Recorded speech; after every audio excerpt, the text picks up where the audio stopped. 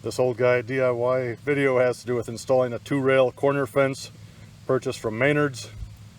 The lady who lives here says the real name is Menard's, but either way, this is what it looks like.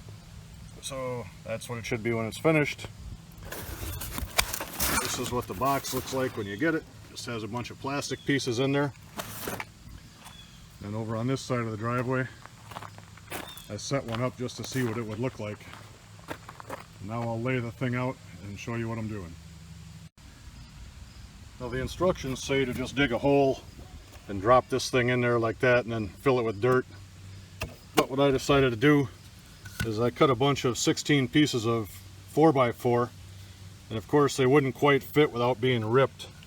So then I came back and I cut them to 3¼ inches, so they slide right in there. So I'm going to run this piece of 4x4 in here, just put one screw in to hold it, and then I'll have the 4x4 that's actually tucked into the ground.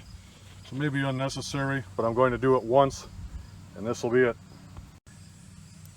This technique allows me to have a little taller fence. You see I just have one screw holding it into the 4x4 that was cut down to 3¼ by 3¼ I'll take this thing and just set it in there, and I'll backfill it with dirt, and it'll be pretty easy. Now as I'm installing this, I don't need to be too fancy or perfect, but I'm just using this piece of 1 inch to come out to 4 feet. You can see I put it straight against that edge, so I'll go 4 feet down and dig a hole for the part that's going north-south. Initially, I measured 48 inches from here to that outside leg, and after I dug the hole, I tucked that in with dirt. And then when I went to put these side members in, it came up as too short.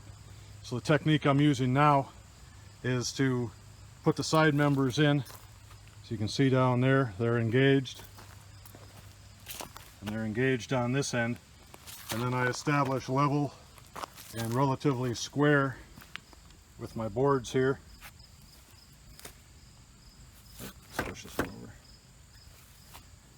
And then when I'm in that position, I'll go ahead and fill the hole in.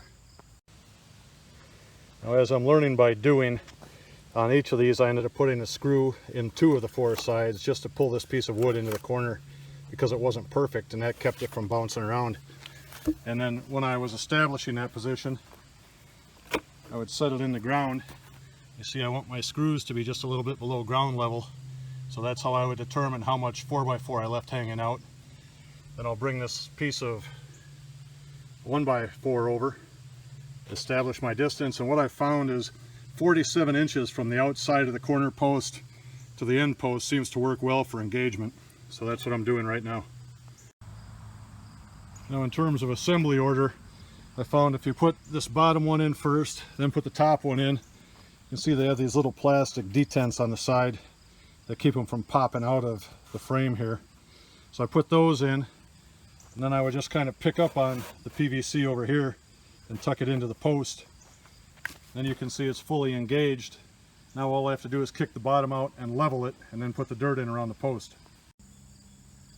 While I'm buttoning things up, I have both sides in.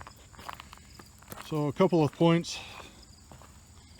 When you come over here to the top, there's a metal bracket that has 4 stainless screws in it, and surprisingly when you put that in, it adds quite a bit of rigidity to this structure, so I was happy to see that. So you put that thing on before you put the cap on. And the instruction says to use PVC glue to hold the cap on, but I don't want the glue running down the side of this thing. So I'm going to try just pushing it on there and see if it blows off in any storms. If not, great. If it does, I might use some tape or something. I don't want the glue running down the side of the form. But if you look down on the hole, you can see that these cross members are engaged. But overall, the thing came together pretty nicely, I believe. The lady that owns the place was out here just a moment ago, and she seems to be satisfied with it. So although she's out here in the country, she has this little deal to make it look like an estate yard. So I hope this video helped you, and have a great day.